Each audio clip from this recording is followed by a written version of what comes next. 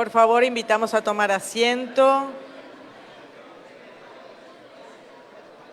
A las personas que están de pie, les rogamos, por favor, tomar asiento.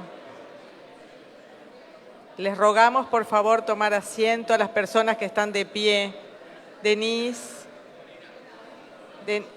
Susana, los demás, por favor, tomar asiento. A continuación, le estamos dando la bienvenida a la directora general de la UNESCO, señora Audrey Azoulay. Buenos días.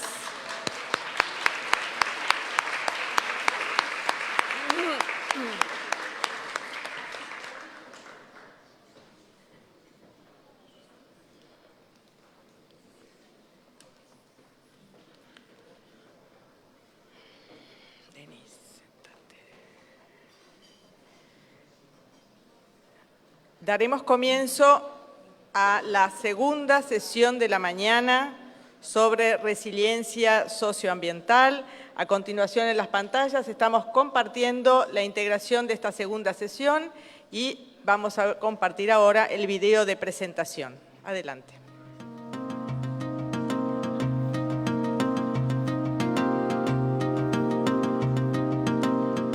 La relación entre el crecimiento, el desarrollo humano y la desigualdad se ha visto reflejada en problemas ambientales tales como el cambio climático, la desertificación, la pérdida de biodiversidad, la escasez de agua dulce, la erosión y la destrucción por desastres.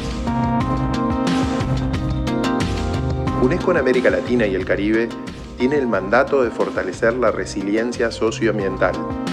Para eso promueve la sostenibilidad en sitios UNESCO, como las reservas de biosfera y geoparques, genera conocimiento para aprovechar y conservar los cursos de agua dulce y da apoyo a las poblaciones y territorios vulnerables para su desarrollo. Trabajamos para promover el progreso social y económico, el respeto al ambiente y la cultura, facilitamos soluciones locales, articulando el conocimiento científico y ancestral. Tras 70 años en la región, esta Oficina de Ciencias de la UNESCO continúa fortaleciendo la resiliencia socioambiental, transformando la región y la calidad de vida de sus habitantes y ecosistemas.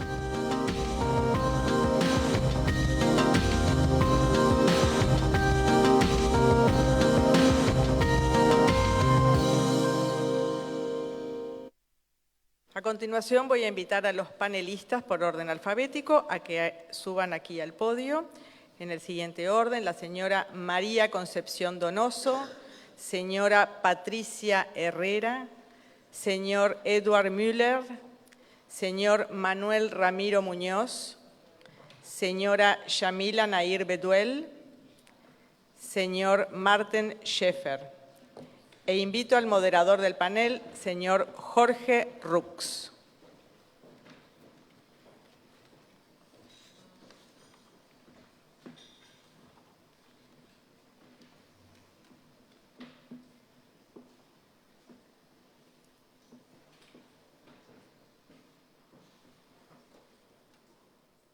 Adelante.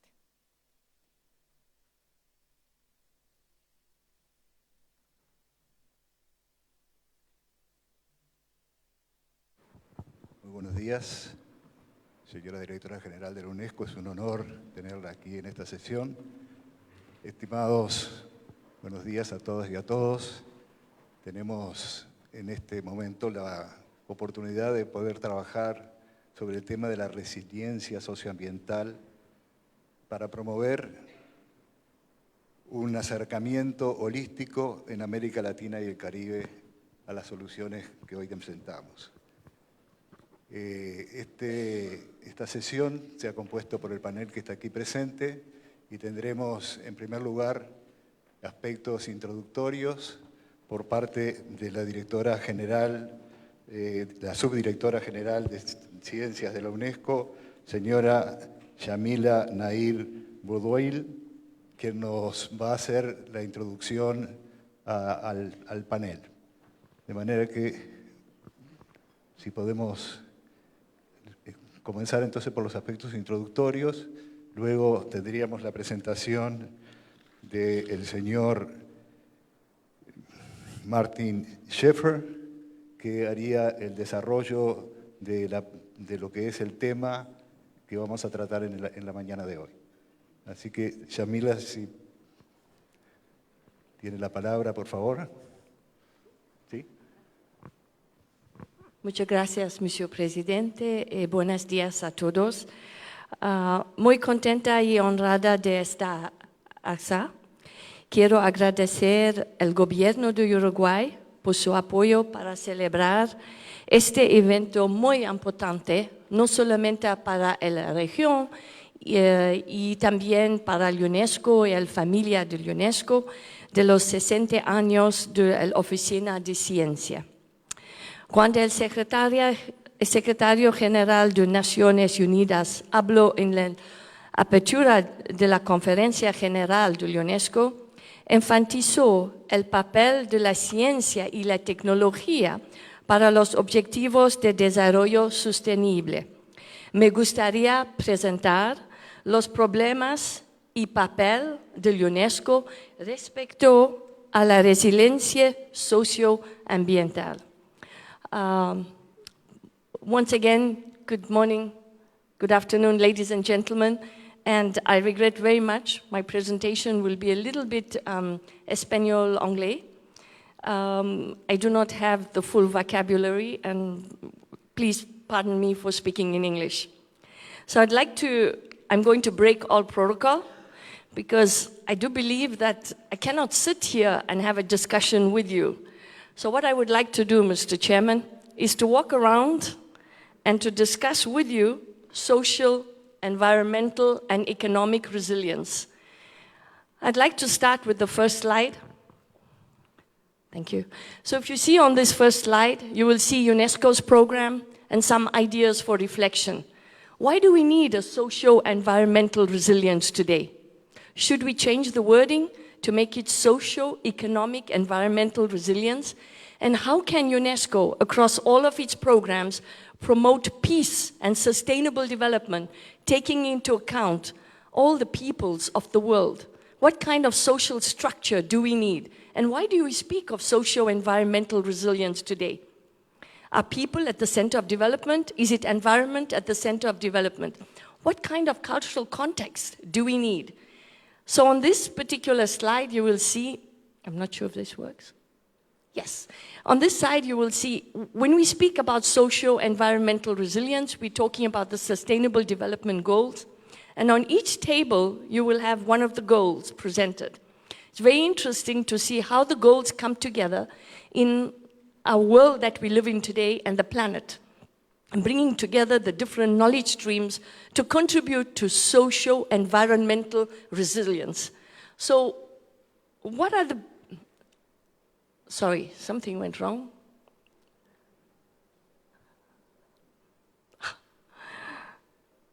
Obviously, oops, I didn't touch anything.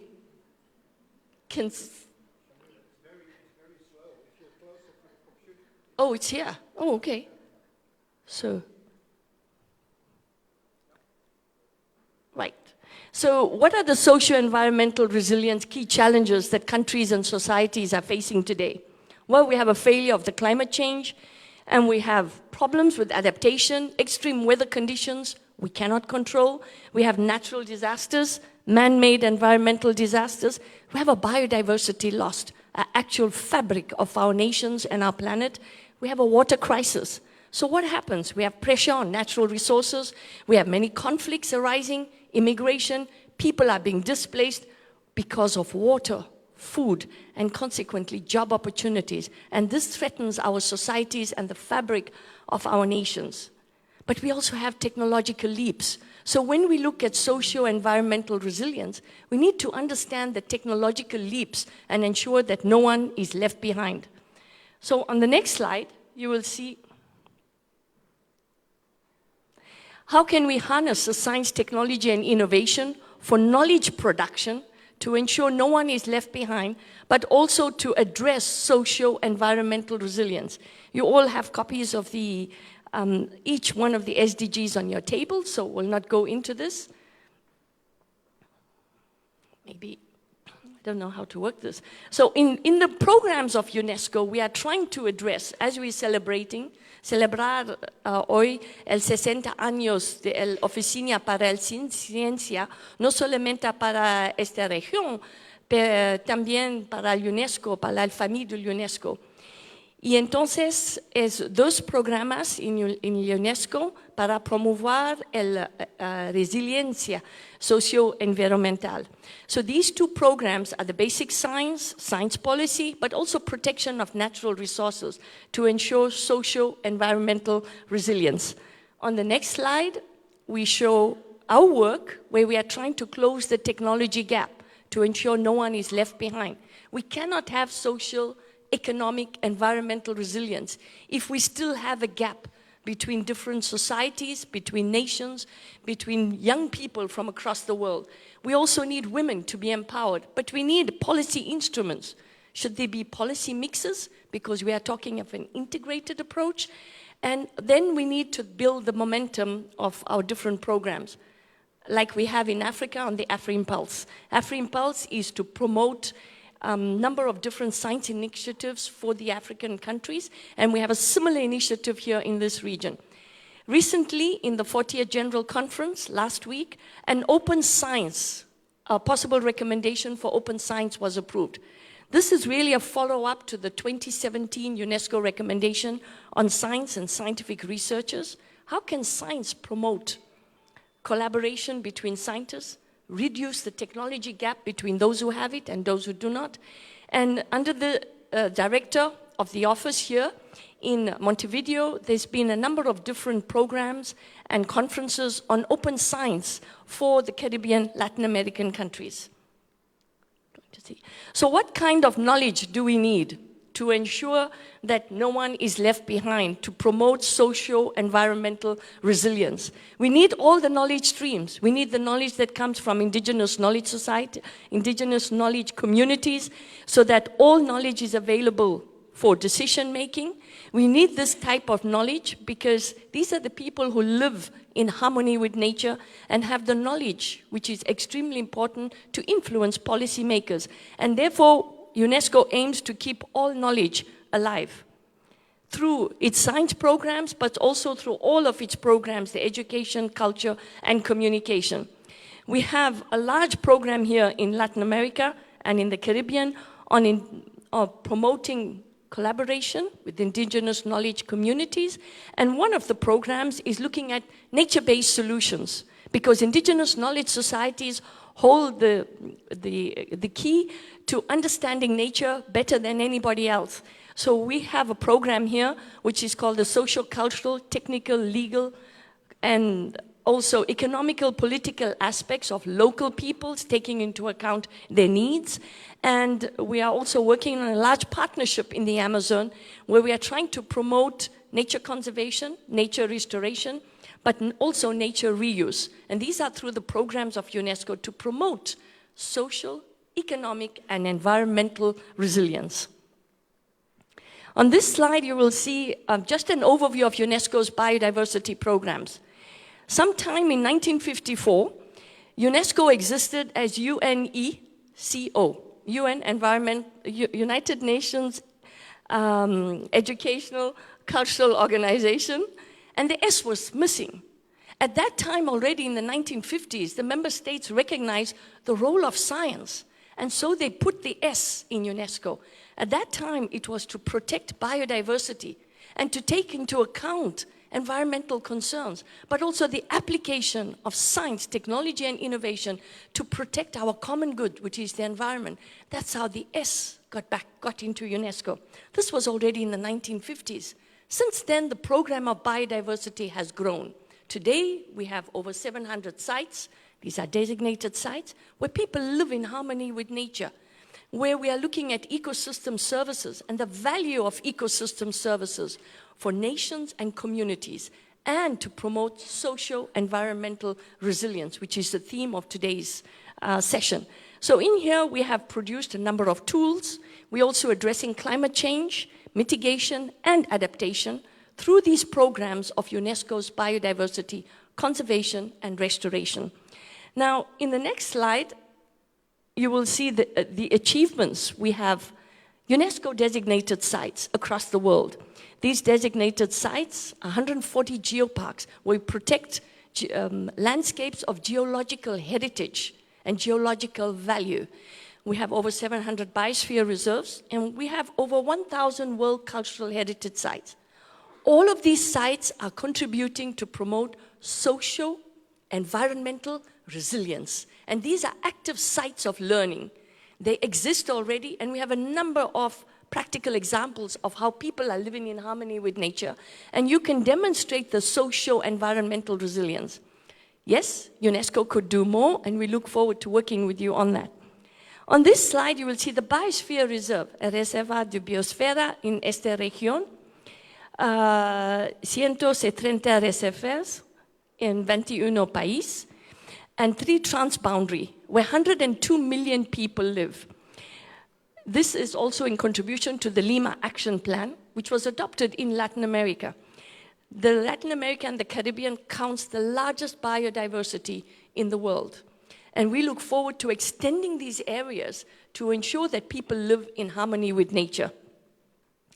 Next slide, thank you. Now I would want to move to another topic. No water, no health services.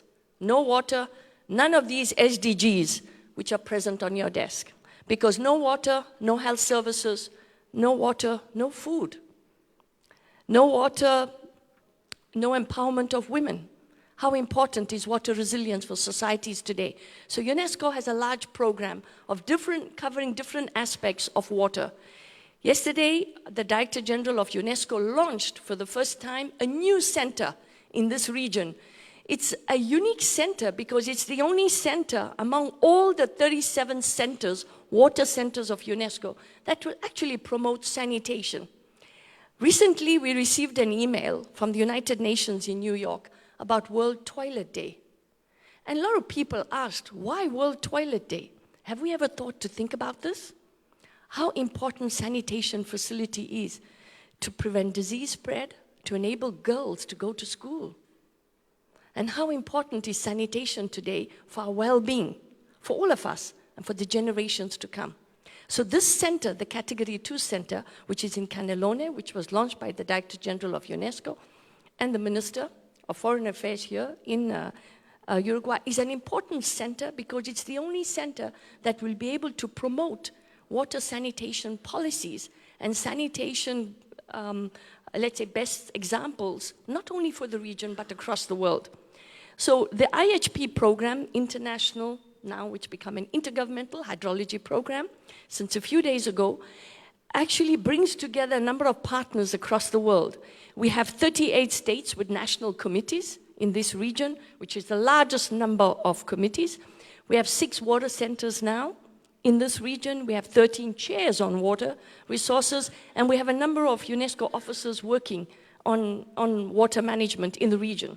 Water is a very important component in the region. We are also supporting countries in transboundary aquifers.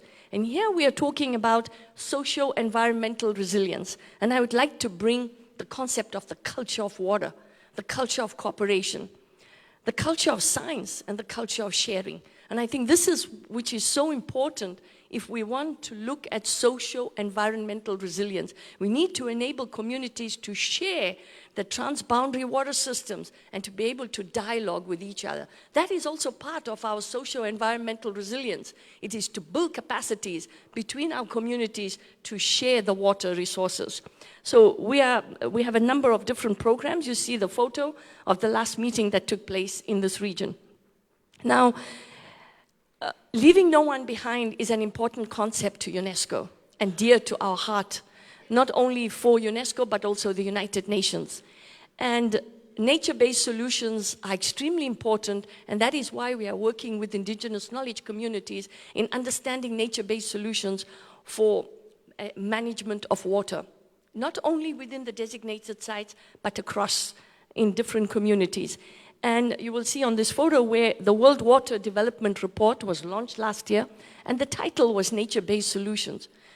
Recently, in the UN General Assembly, nature-based solutions took the highest award because people recognize that the socio-environmental resilience an important factor is nature-based solutions, not only biodiversity conservation, but also water management and living in harmony with each other. So the next slide. So here I will come to some reflections. The title of this session is Socio-Environmental Resilience, Integrated Thinking. And now we see all of these SDGs are on your tables, and every one of them is in a single box. But they all influence each other. Every one of them. So what would be the interlinkages between them? We have an indicator to measure women empowerment, but it's the same indicator that would measure women's access to water. Women and girls spend 200 million hours a day in water management. So how can we ensure that we look at... So can we move to what is called a systems thinking, where all the indicators influence one another, and we can measure the influence between the SDGs. This is how we can promote socio-environmental resilience. So we could look at biospheres, society and economy, and remove the SDGs. We can also move to UNESCO's integrated approach, and this is my last slide, on science action, in multidisciplinary, pluridisciplinary responses, bringing together all of UNESCO's programs in an integrated approach for socio-environmental resilience. So thank you very much. Thank you. Muchas gracias, Anneke. Muchas gracias a la subdirectora general de Ciencias Naturales de la UNESCO. Creo que su presentación ha sido muy clara y muy precisa en relación a los temas que yo puedo decir desde la demanda que tenemos para la toma de decisiones, quienes estamos en organismos de gobierno, quienes tenemos que gestionar los recursos, quienes tenemos que gestionar el ambiente. Evidentemente que la generación del conocimiento, el desarrollo de las visiones a partir de estos enfoques que UNESCO nos está presentando, evidentemente nos muestran que es fundamental el vínculo entre tomadores de decisiones y la generación del conocimiento y de la ciencia, y que la educación y la ciencia son elementos fundamentales, y que esos elementos en la actualidad los tenemos que tomar a través de mecanismos de comunicación nuevos que nos permitan realmente rápidamente poder incorporar en las decisiones, en la toma de decisiones, en la gestión concreta, todas las visiones integradas que tal cual nos representa UNESCO. Y en ese sentido creo que el desafío para la Oficina Regional de la UNESCO es fortalecer estos aspectos en los cuales ha venido ya trabajando, y que esta visión integrada de lo que es la resiliencia socioambiental tiene que incorporarse en las políticas de nuestros países, y nuestros países realmente hermanarse a través de las capacidades científicas y las capacidades políticas de los mismos. En ese sentido, la mención a los recursos transfronterizos como puentes entre los países me parece que es un tema fundamental, porque lejos de ser barreras, son vínculos que nos unen con los países de la región, y creo que eso es uno de los aspectos que tenemos que seguir trabajando, y que nosotros nos honra, digamos, trabajar con UNESCO en justamente centros que trabajan en este tema, como es el Centro de Aguas Subterráneas para la región de América Latina y el Caribe, que realmente ha sido un esfuerzo conjunto con UNESCO, y con el apoyo de UNESCO le hemos dado toda esa dimensión de la educación, de la relación con la sociedad, de la incorporación de la ciencia en la toma de las decisiones.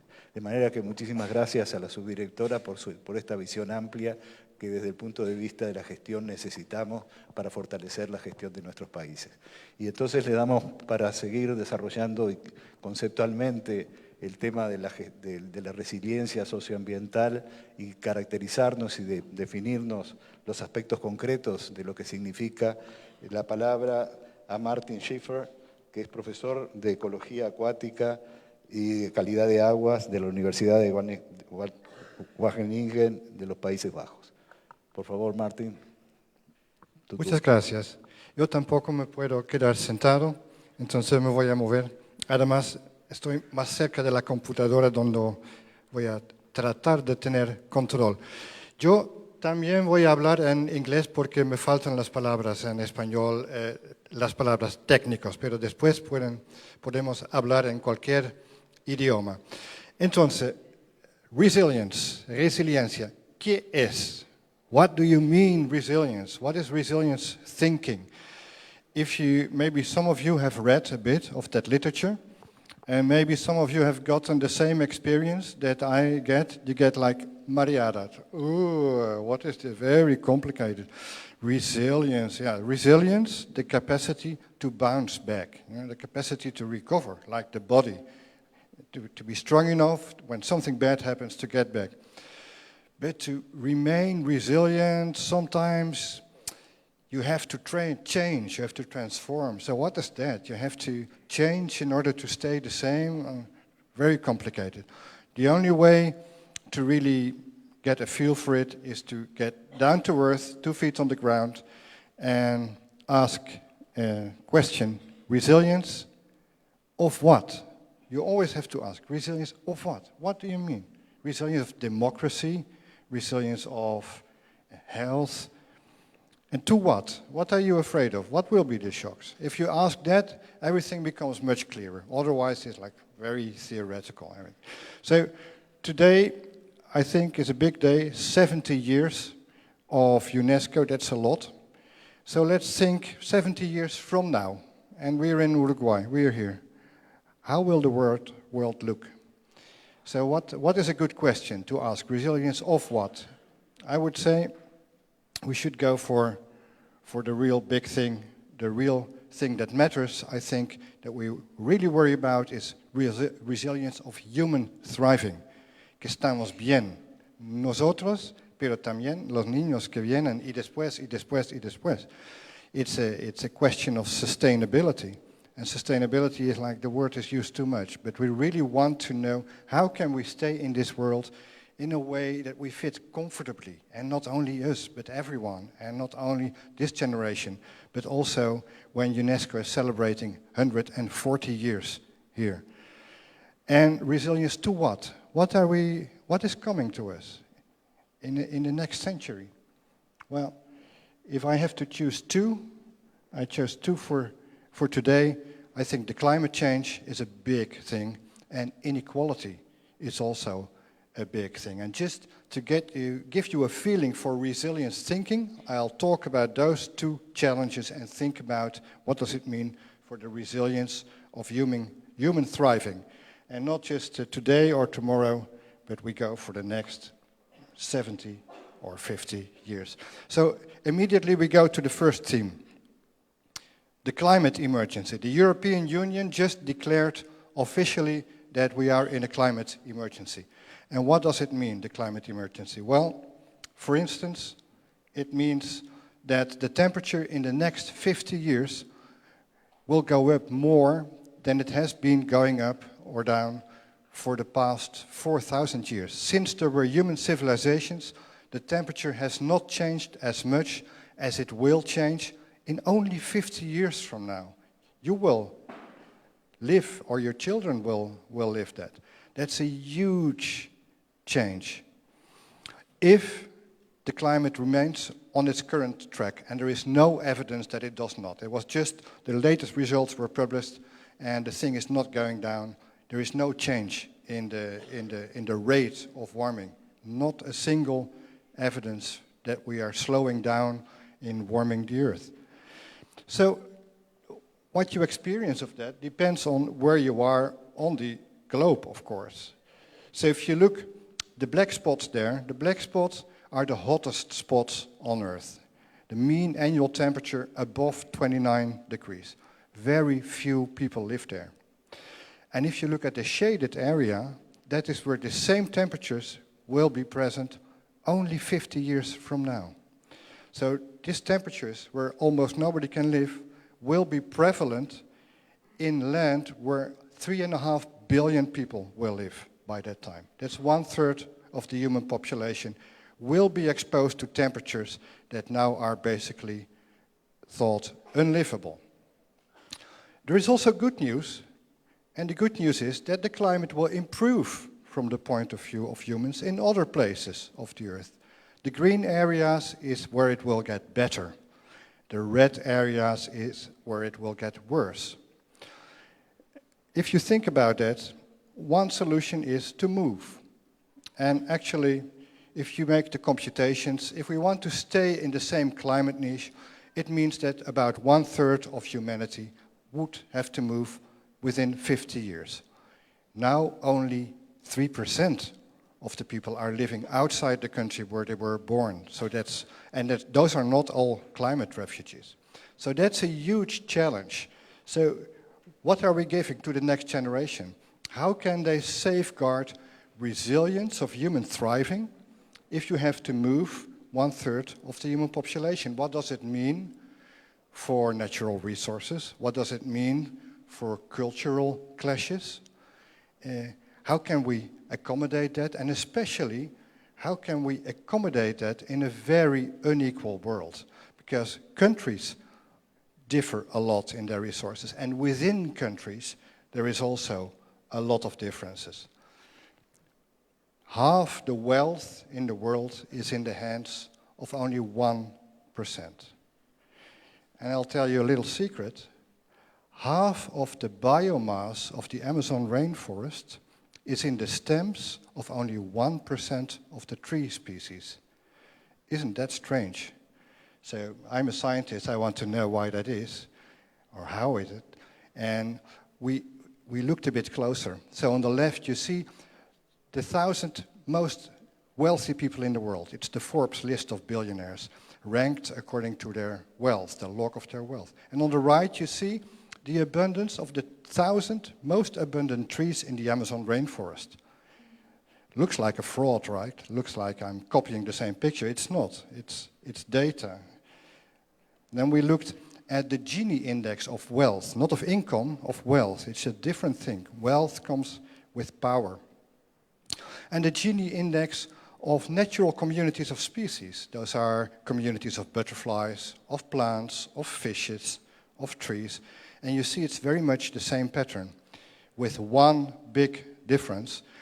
On the left, we're looking at pictures within one species. It's inequality within one species, the human. And on the right, it's inequality between species. But I'm a mathematician. I was just fascinated to try to figure out what is driving inequality. And the first thing you think of is that, well, some are just better than others, right? Some trees are better than other trees, and that's why they're very abundant. And maybe Bill Gates is just better than other smart people in getting his business going. But the differences can't be so big. And really in nature, we studied that, and there is no evidence of those particularly abundant, successful species being better in anything. And if you look a bit closer in the mathematics of how you can get inequality, you can get it just from randomness. Nobody has to be better than anyone else. Whenever you get some return on investment, or in nature, reproduction, mortality, it always tends to drive up inequality. But there are also forces that reduce inequality. In nature... Martin, please, I'm sorry, just one more minute, please. Yeah. Thank you, sorry. In nature, it's suppressing dominance by diseases. In society, it's institutions that can suppress inequality.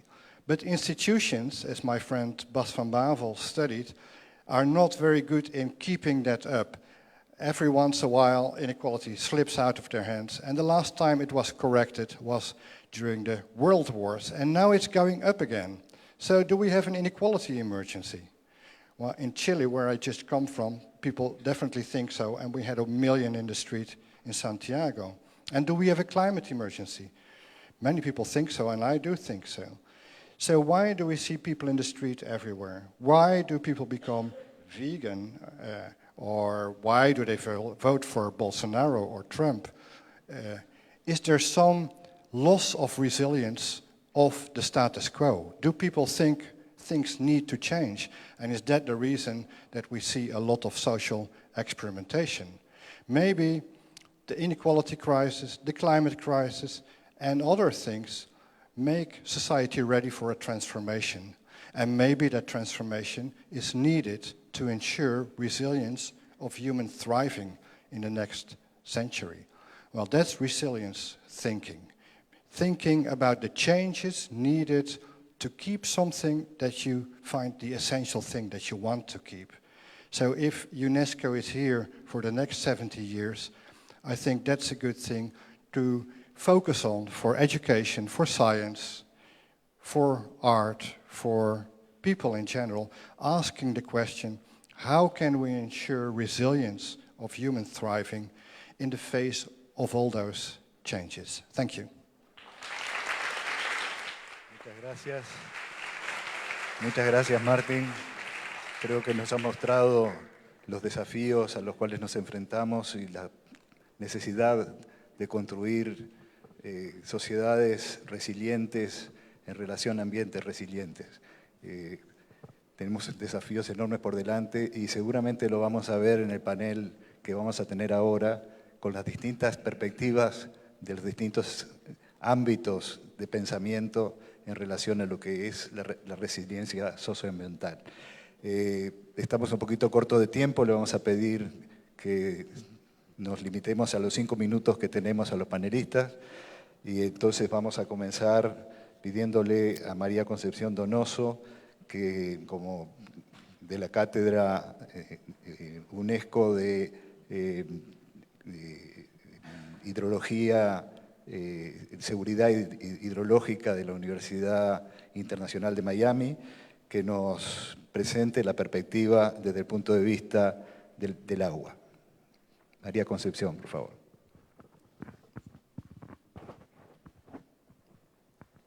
Sí, muchas gracias a los dos presentadores iniciales porque han presentado una serie de interrogantes y perspectivas que nos va a facilitar a nosotros en nuestras exposiciones. Si nosotros partimos desde la definición que se dio sobre resiliencia como la capacidad que tiene una persona, una comunidad o la sociedad en general de superar circunstancias traumáticas o adversas, entonces desde la perspectiva de los recursos de agua, de los recursos hídricos, tendríamos que distinguir dos aspectos. Uno es la resiliencia del recurso en sí y el otro es la resiliencia del sector de aguas, ¿no?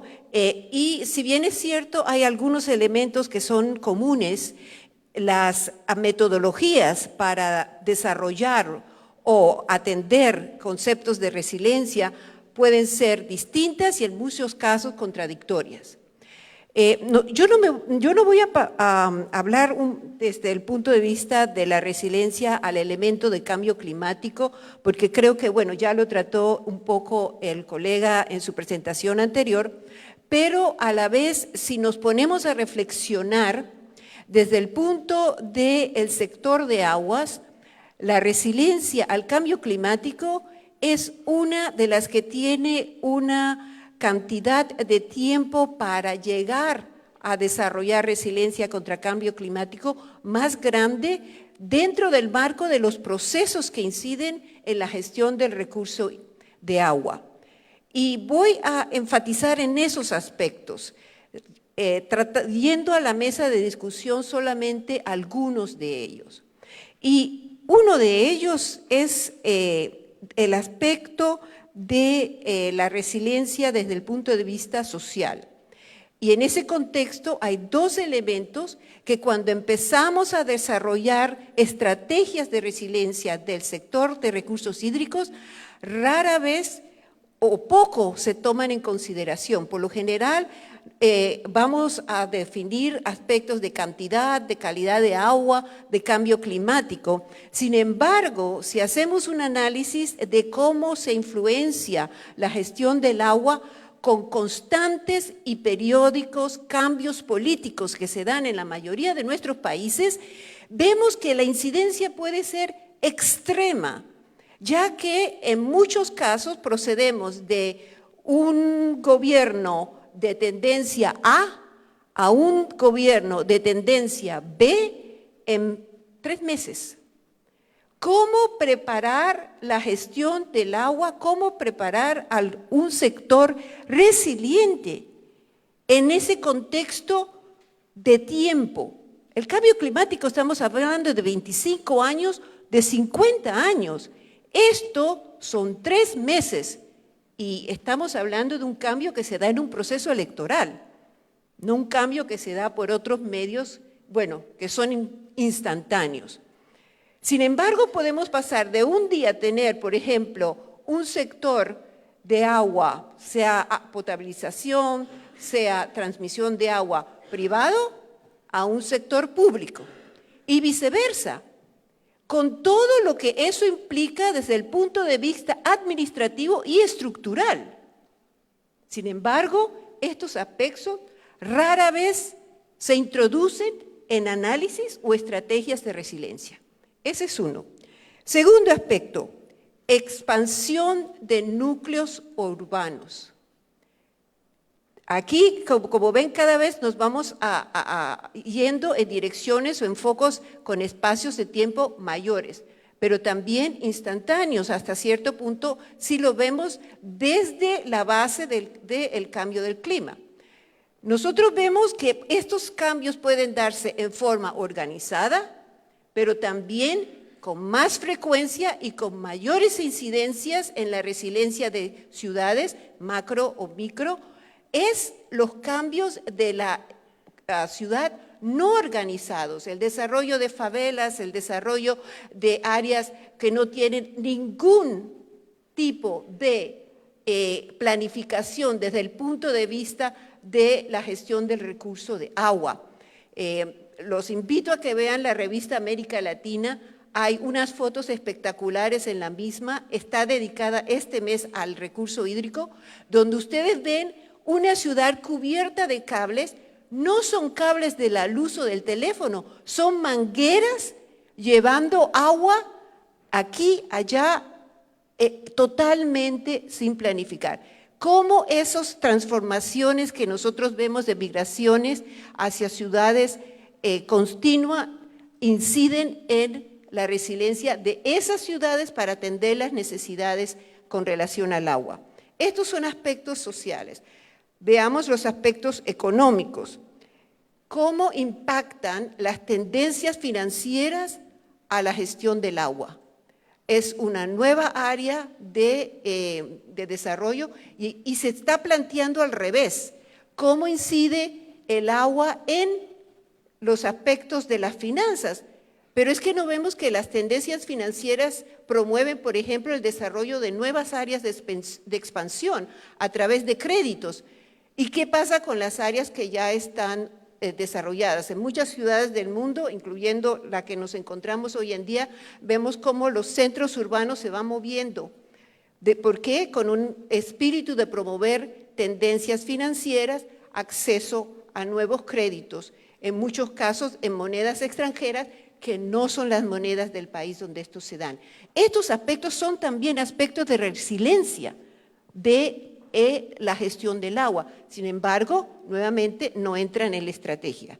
Y para finalizar, la parte ambiental. Solamente que en el aspecto ambiental yo creo que ha sido bastante bien tratado por la ADG y nos unimos a los planteamientos que ella ha hecho en ese concepto, pero también en la gestión del recurso hídrico, en la estrategia de resiliencias, no se toman en consideración en forma totalmente debida. Muchas gracias. Muchas gracias, María. Creo que ha sido muy oportuno en la coyuntura de cambio de gobierno en nuestro país y evidentemente que en la construcción de resiliencias, cuando hay cambios de gobierno, que es uno de los aspectos que tú tocaste, es central también el rol de los organismos internacionales.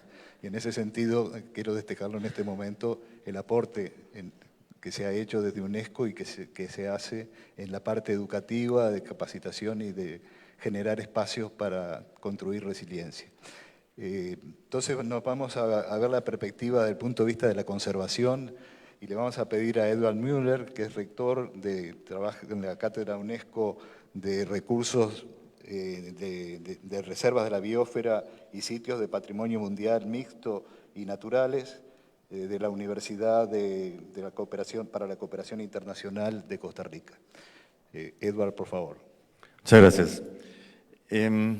Yo tenía 30 años cuando sale la definición de desarrollo sostenible en el informe Nuestro Futuro Común. Hoy hay más de 500 millones de entradas para Sustainable Development en Google y nunca llegamos a la sostenibilidad.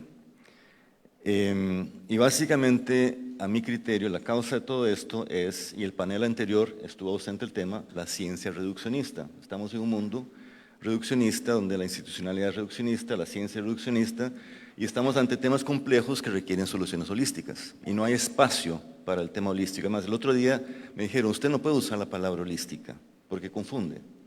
Entonces yo creo que aquí es donde tenemos que realmente replantearnos. Aquí hemos escuchado la palabra cambio climático varias veces.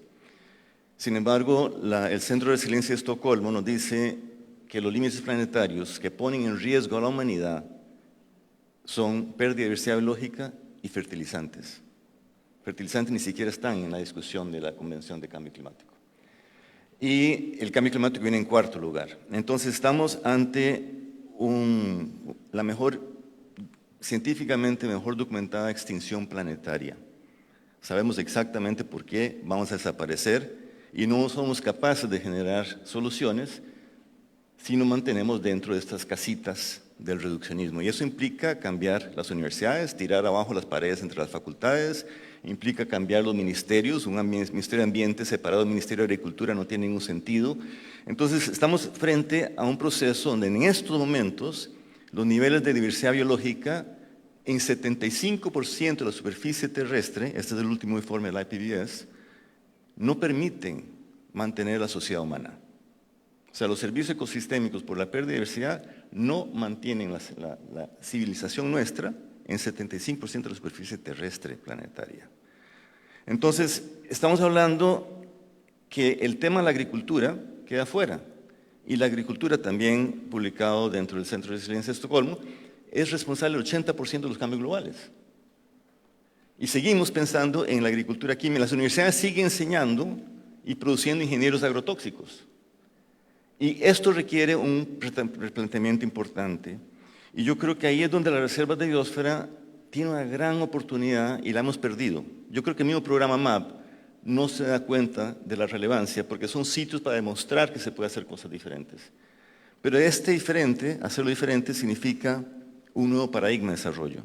Y ahí es donde entramos con el desarrollo regenerativo, que es la integración de la parte ecológica en paisajes funcionales, la parte social, una sociedad regenerada, una sociedad participativa, una sociedad democrática, lo que está pidiendo Chile, una regeneración económica, y hay muchos procesos. Yo soy miembro del Consejo Global del Wellbeing Economy Alliance, que es una alianza que busca eliminar el Producto Interno para brutos como medida de desarrollo económico.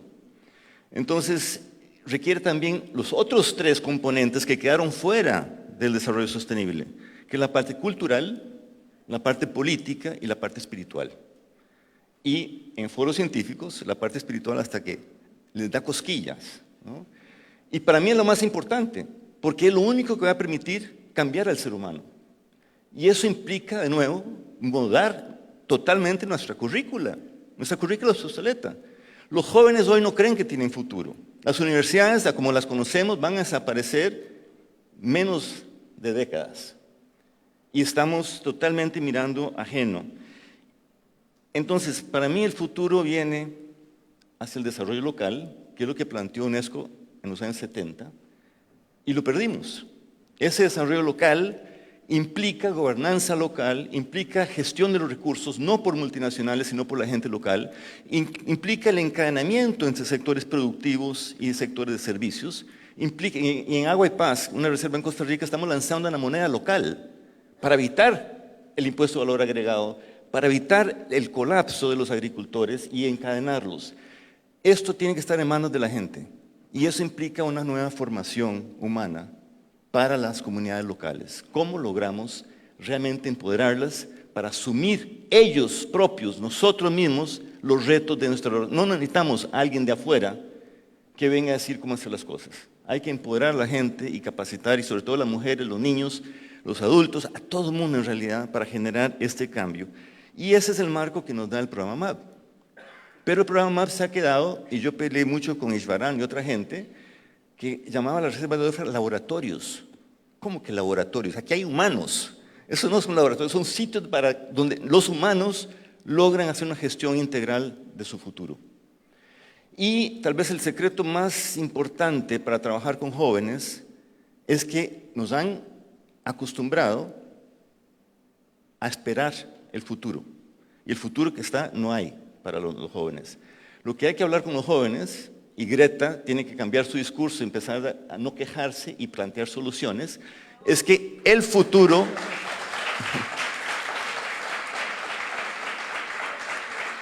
se construye.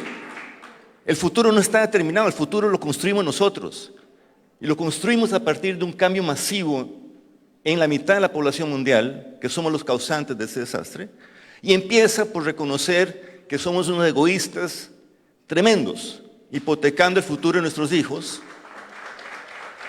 Y eso implica cambiar la ciencia. Esta ciencia reduccionista del panel anterior es lo que nos tiene en este lío. Las revistas referenciadas. No hay dónde publicar temas holísticos. Entonces tenemos que replantearnos muchas más cosas y yo creo que va a ser un cambio de paradigma. Lo que hizo Buckminster Fuller, no pelea el sistema, crea uno mejor y la gente se va a pasar. Y eso es lo que estamos con el desarrollo regenerativo. Y de hecho hay un libro que salió hace muy poco, de Reserva de Biosfera, hace un mes, donde hay un capítulo entero sobre desarrollo regenerativo en Reserva de Biosfera. Gracias. Muchas gracias. Muchas gracias. Un aporte muy interesante desde el punto de vista de la conservación. Le vamos entonces a pedir ahora las palabras de Manuel Ramiro Muñoz para darnos la visión de lo que es la resiliencia socioambiental desde el punto de vista de la interculturalidad. Manuel Ramiro Muñoz es del Instituto de Estudios Interculturales de la Pontificia Universidad Javeriana de Cali, Colombia. Bueno, buenos días a todos y a todas. Un saludo a nuestras directoras, qué bueno que estén aquí. Quisiera comenzar con una anécdota de hace unos 15 días. En Colombia estamos viviendo un proceso de resiliencia después de 50 años de guerra, tratando de reconstruirnos después de la guerra con gran dificultad. No sabemos si estamos en un proceso de transición en un momento negativo o estamos a punto de regresar nuevamente a un nuevo ciclo de violencia político y social, a seguirnos matando para resolver nuestros conflictos políticos y sociales que otros países lo resuelven sin matarse. Estamos en ese punto. Y en este contexto estamos en unos diálogos entre empresarios, excombatientes, indígenas, afro, campesinos, entre los de la derecha, entre los de la izquierda, para tratar de entender eso, que no nos debemos matar más, que podemos ser de derecha, de izquierda, incluso no vergonzantes, pero que finalmente una cosa es la violencia y otra cosa es los conflictos. Los conflictos son parte de la vida. Es más, sociedades y estados llenos de conflictos son vitales. Lo que tenemos que desterrar es la violencia. Esas tres violencias que hoy nos azotan, la violencia directa, de matarnos el unos a los otros, la violencia estructural, que hace que millones de seres humanos no tengan las condiciones mínimas de vida digna, esa violencia silenciosa, y la violencia simbólica, esa violencia que hace que yo desconozca, niegue, invisibilice, suprima al que piensa distinto, al que es distinto, al que tiene otra raza, otra religión, otra forma de sentir, de pensar, otra perspectiva en su vida personal, sexual. Lo desconocemos, lo invisibilizamos y lo negamos. En ese contexto, un grupo de empresarios, excombatientes, llegamos a territorio indígena, llevo 30 años con estas comunidades, y uno de los líderes indígenas se paró en un lugar y les decía a los otros y les mostraba: hemos recuperado esta tierra y hemos recuperado nuestro proceso y nuestra identidad. Y estamos parados en el lugar donde antes el terrateniente decía: todo lo que ven alrededor es mío. Y hoy podemos decir: todo lo que ven es nuestro. Y hacemos de este territorio nuestra casa común, inclusive la de nuestro enemigo. Hay dos aspectos que tenemos que aprender en este cambio epocal, que somos habitantes de una misma casa, que el planeta es una misma casa, que es una casa común. Y dos, que el tuyo, el mío, el yo, el tú, tiene que dar paso al nosotros.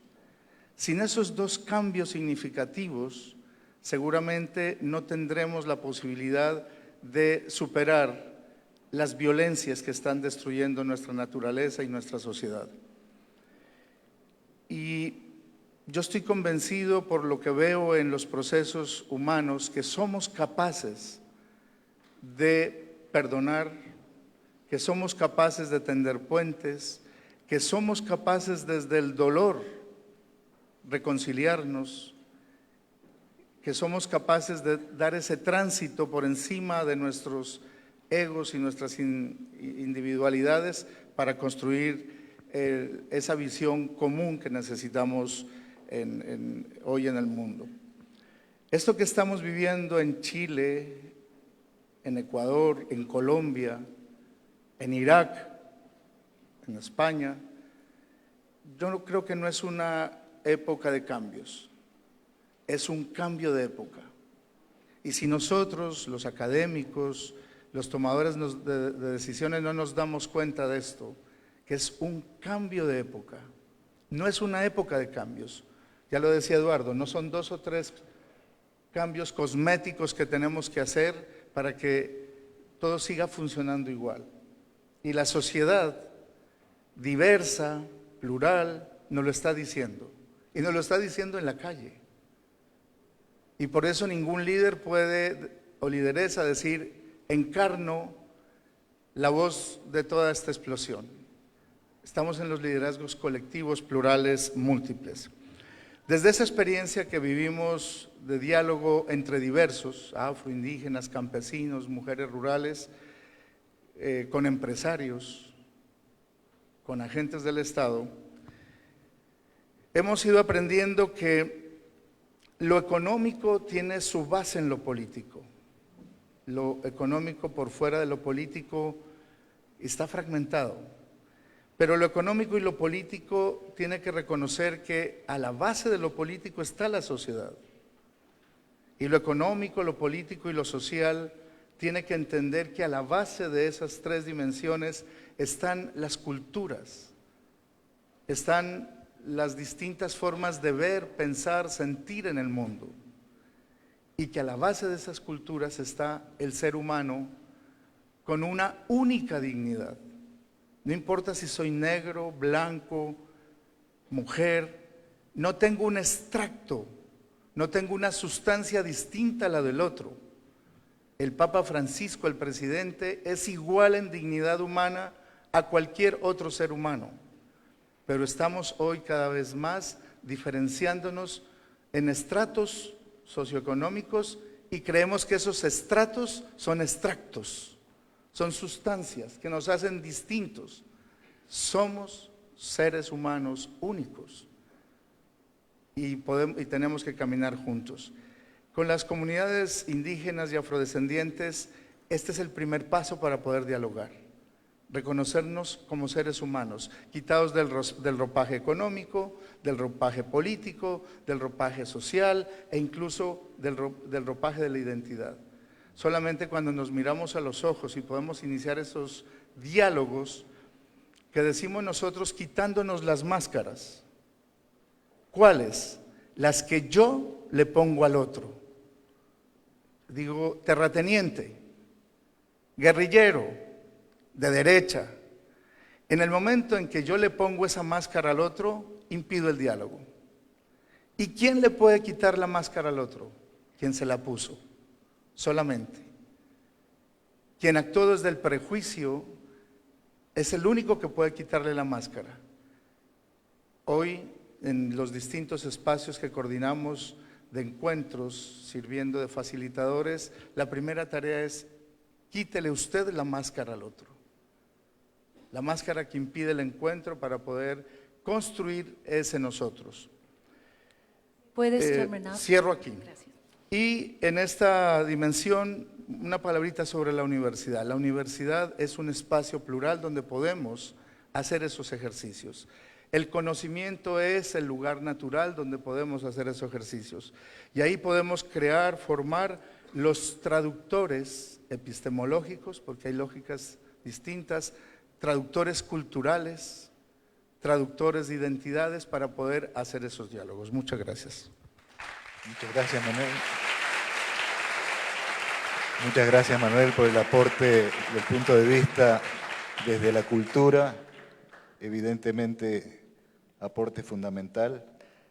Y entonces le vamos a dejar ahora el espacio a Patricia Herrera para hablar sobre la visión, el punto de vista desde los geoparques, evidentemente un tema que parece tan inerte, pero que no lo es realmente. Entonces le pedimos a Patricia, quien es justamente responsable de Geoparque Mundial de la UNESCO de Cutalcura, de Chile. Buenos días. Ahí dice que me queda 1 minuto, espero que sea más, porque si no, no voy a alcanzar a saludar. Quiero partir mi exposición planteando mi saludo, como saludamos en mi territorio, como saludamos en América Latina, en muchos lugares donde hay pueblos originarios. Así que, Marri Marri, Compuché, Lamñem, buenos días a todos, hermana. Creo que es importante, y parto haciendo este saludo, en este año internacional de las lenguas indígenas, ¿ya? Y este año, más que nunca, tenemos una obligación ética de relevar lo que significan las lenguas indígenas para el desarrollo sostenible y también, ¿no es cierto?, para la consolidación de la paz, ¿ya? Y en especial en esta América Latina que hemos tenido, ¿no es cierto?, algunos conflictos y situaciones complejas de las que esperamos, ¿no es cierto?, resolver. Con este contexto, yo también les quiero compartir, junto con mis compañeros de Geoparques Latinoamericanos, una muy buena noticia.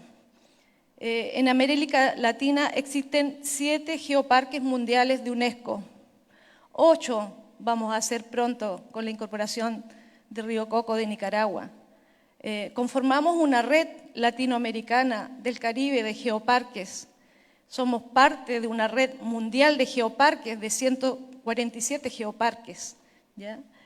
Y en este aniversario número 70, queremos reconocer y agradecer la visionaria estrategia de la UNESCO de crear este programa.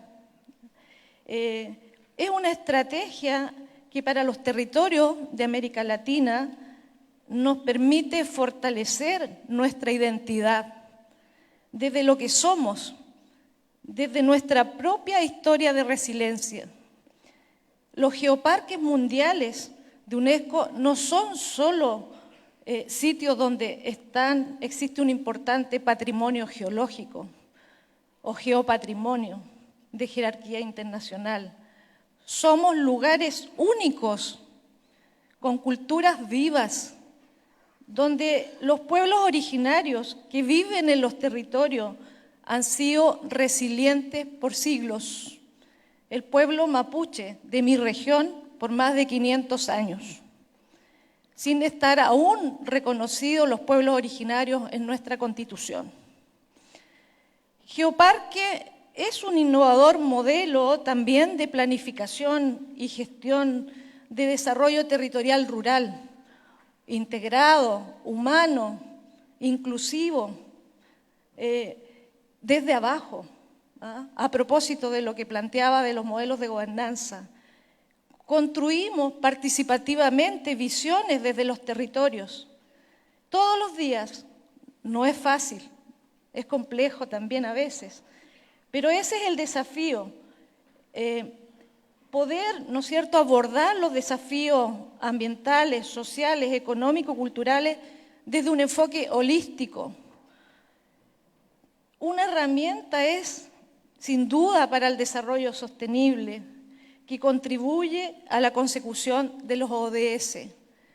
Son territorios con muchas brechas de pobreza, ¿ya? Territorios rurales con una alta concentración de pueblos originarios. Esa es la particularidad de nuestros geoparques latinoamericanos. Los geoparques también alientan a la conciencia de la historia del planeta, que puede leerse en el paisaje y los procesos geológicos, pero también, ¿no es cierto?, con los vínculos con todos los demás aspectos del patrimonio natural y cultural de los territorios. En la cosmovisión de los pueblos originarios no existe la dicotomía entre el ser humano y la naturaleza y el ambiente. En la cosmovisión indígena hay un equilibrio. Está implícito el concepto de relación armónica con todos los elementos de la naturaleza. Y esto se expresa de múltiples formas. Solo hay que aprender, reaprender, observar, reconocer, no solo observar, mirar, sino que escuchar y sentir para comprender. Lo podemos escuchar y comprender mirando el paisaje, las araucarias milenarias, los glaciares, los volcanes que han convivido con los pueblos originarios por millones de años, pero también lo podemos compartir en la expresión lingüística de los pueblos originarios, y voy a compartirles lo que sin duda el autor lo haría mucho mejor que yo. No sé, es un poeta mapuche, el Licura Chihuaylaf, porque él es gente de la tierra, así que lo diría mucho mejor que yo. Dice: sentado en las rodillas de mi abuela, oí las primeras historias de árboles y piedras que dialogan entre sí, con los animales y con la gente.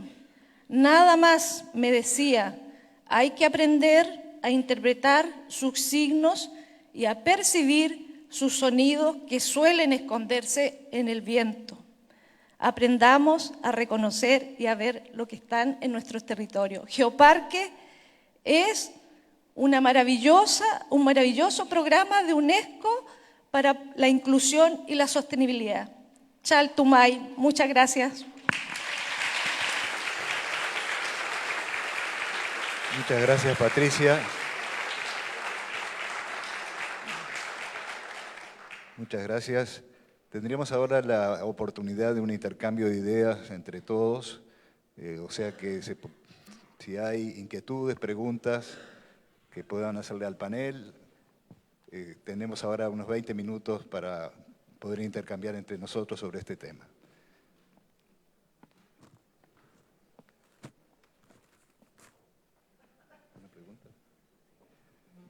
Bueno, me dicen que estamos con poco tiempo, así que lo vamos a resumir a una pregunta, y después tenemos el panel de las dos jóvenes que nos van a cerrar con las conclusiones de la mañana de hoy. Así que, ¿quién nos preguntaba? Sí. Por favor. Bueno, escuchando un poco el discurso de los que están en el plenario, se entiende la teoría, pero surgen dudas, como lo que ocurre hoy en día. Tenemos distintos gobiernos que niegan el cambio climático, otros gobiernos que no quieren la internalización del Amazonas. Por lo tanto, le pregunto, ante teorías tan buenas y tan idealizadas como esas, cuando entran en las verdaderas problemáticas globales, ¿no creen que existirá una solución más efectiva y una verdadera alternativa? Gracias. A ver, no sé si alguien del panel. Sí, por favor. Nos han enseñado a pensar dentro de cajitas y nos han enseñado dentro de un progreso lineal. Y lo que está ocurriendo hoy en la tecnología y en el colapso planetario es exponencial. Si nosotros damos 30 pasos lineales, caminamos 30 metros. Si damos 30 pasos exponenciales, le damos 26 veces la vuelta a la Tierra. Y no estamos preparados con nuestro software para pensar exponencialmente. La liberación de metano en el Polo Norte está calentando el planeta exponencialmente. La pérdida de los bosques está generando un encadenamiento exponencial de destrucción planetaria que no tenemos 50 o 100 años. Cuando yo veo el plan de descarbonización de Costa Rica con datos y planificación para el 2050, ya no estamos aquí en el 2050. Entonces, no somos capaces institucionalmente de pensar en largo plazo. Y también nos enseñaron a pensar en clusters, los famosos clusters de Harvard, ¿no? Y lo que necesitamos es una red de co-creación. Y hoy la tecnología lo permite. O sea, tenemos que generar un diálogo entre millones de gentes buscando soluciones, sobre todo los jóvenes, y co-creando soluciones para cada sitio. Y de nuevo toco el tema de la red MAP, que debería dejar de ser una red política y ser una red real de colaboración entre reservas de biosfera, ¿no? Y no de figuras que van a reuniones y gastan un montón de plata en reuniones, sino realmente de un intercambio y usar estos sitios para generar experiencias conjuntas. Las respuestas para Irak van a ser diferentes que las de Chile o las de Costa Rica, pero se requiere realmente una colaboración para no tener que reinventar el agua tibia cada vez. Entonces, ¿cómo logramos generar esta red de colaboración transdisciplinarias, interinstitucionales, transpaíses, que realmente permitan ir co-creando y ayudando a esos movimientos a generar soluciones? Si no, todo este movimiento que estamos viendo ahora va a terminar igual que la primavera árabe, que los indignados, porque no se sabe el camino hacia adelante. Es más fácil protestar y decir esto no sirve. Pero entonces tenemos que co-crear y no tenemos 20 años, tenemos pocos años, yo diría meses, para realmente empezar a co-crear soluciones y aplicarlas. Ya no más informes de colores con fotos bonitas, es hora de actuar. Gracias. Sí, por favor. La pregunta es de fondo. ¿Qué podemos hacer nosotros, pequeños, ubicados localmente, frente a una cosa que es global? Hay una historia bellísima que lo cuentan los pueblos indígenas. Había un gran incendio en el bosque y llamaron al águila y le dijeron: águila, bata las alas, que el cambio del viento va a ayudar a apagar el incendio. Decía yo, un águila solita, al rinoceronte para que con sus patas eche tierra. Y yo, pero el rinoceronte, al elefante con su trompa para que coja agua y la eche. Y había un colibrí que cogía una gotica de agua y la echaba al incendio del bosque. Y le dijeron: ¿pero qué haces? ¿Tú, colibrí, crees que vas a apagar eso? Y el colibrí dice: yo hago mi parte, la hago bien y a tiempo. Es hora de actuar donde nos toca en nuestro metro cuadrado. Y ese ejemplo hizo que el elefante echara agua, que el rinoceronte moviera sus patas y el águila moviera también sus alas. Cada uno tiene un lugar, un metro cuadrado en el que podemos actuar. Es hora de actuar. Bueno, muchas gracias. Pasaríamos ahora, por cuestión de tiempo, a la visión de los jóvenes, que sería la sesión final, de un poco de las conclusiones de la mañana de hoy, y le pediríamos entonces la participación de Ágata Tomasi López, quien es ingeniera ambiental y educadora ambiental, y de Gabriela Medina Mendieta, quien es miembro de las jóvenes Iberomab de las reservas de biosfera de Galápagos, Ecuador. Le pedimos a las dos entonces que nos hagan sus reflexiones finales. Buenos días. A mí me encanta cómo estamos buscando las soluciones. A mí me encanta todo lo que está pasando aquí, el avance de la ciencia. Pero mi pregunta es, ¿sería posible tenermos soluciones efectivas si estas vienen del mismo lugar que generamos el problema? ¿Sería posible tenermos de facto una resiliencia socioambiental sin una resiliencia de pensamiento, sin una resiliencia emocional? Seguimos nos matando, ¿no? tenemos depresión, no tenemos respeto cultural. Entonces, ¿cómo es posible también tener respeto a los derechos de la naturaleza? Entonces, lo que pienso que podemos aún hacer en cuanto a una comunidad científica y educadora es también mirar nuestras aguas internas, nuestra forma de habitar nuestro propio cuerpo, no solo nuestra forma de habitar el mundo. Muchas veces lloramos por la Amazonía, por ejemplo, pero nos preguntamos, ¿qué estamos haciendo para apoyar la devastación forestal? ¿Comemos carne todos los días? ¿Cómo está nuestro consumo? ¿Qué parte tenemos también en nuestra amenaza a la biodiversidad? Entonces, creo que es muy importante pensarmos en la educación ambiental también como una educación de nuestros propios pensamientos, sentimientos, escojas, tener conciencia, nos observar de fuera. No somos perfectos. Todos los días vamos a encontrar una oportunidad para cambiar nuestro comportamiento. Pero tenemos que también nos observar como individuos, como personas. Y acá, en América Latina y Caribe, ya estamos haciendo movilizaciones de jóvenes. Estamos buscando el contacto también con nuestra cultura ancestral, con los pueblos originarios, porque ellos tienen mucha sabiduría de conexión con la naturaleza.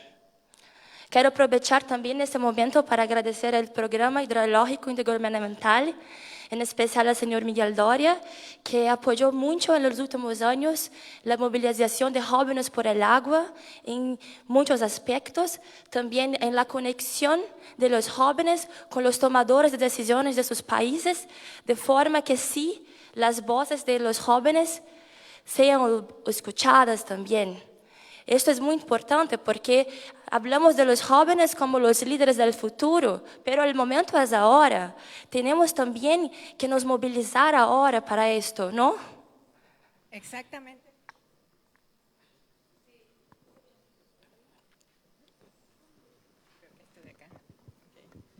Sí, exactamente como dice Ágata. Bueno, yo formo parte de otra red de jóvenes, de los jóvenes de reservas de biosfera de Latinoamérica y el Caribe. De hecho, soy la co-creadora de esta red para nuestra región. Yo pienso que lo que han dicho acá los panelistas y lo que hemos observado en cada una de las ruedas con temas de discusión muy actuales de nuestra América Latina, el tiempo de actuar es ahora. Antes se tenía la visión de corto, mediano y largo plazo. El largo plazo no existe y el mediano plazo es el caos, es la desolación, es la devastación. Somos de la generación nueva del Climate Action, que de hecho está dentro de los ODS. Es el momento, tanto como Greta la tenemos como una de las líderes actuales de la juventud.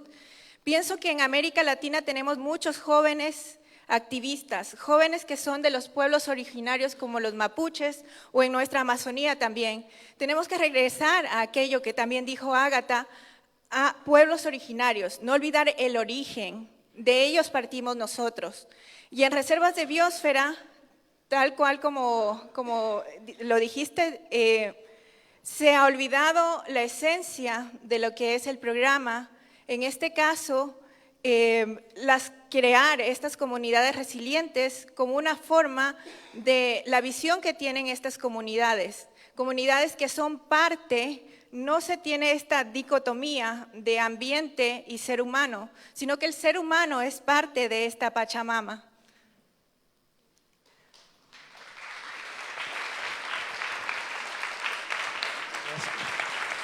Muchas gracias. Con estas reflexiones finales cerramos esta sesión en la mañana de hoy. Creo que ha sido un tema de una riqueza enorme, de cual evidentemente tenemos que actuar hoy para asegurar la paz y la equidad de futuro, y en ese sentido el aporte de todos nosotros en los ámbitos en que trabajamos y las discusiones en estos temas seguramente van a ser fundamentales para continuar un proceso de construcción en los países de América Latina y el Caribe y apoyados en el ámbito de la UNESCO como evidentemente una organización donde el pensamiento alimenta la gestión. Así que muchísimas gracias a todos por participar y muchas gracias a las autoridades por estar aquí. Muchas gracias. Los invitamos entonces al almuerzo en el Salón de Presidentes. Muy amables, muchas gracias.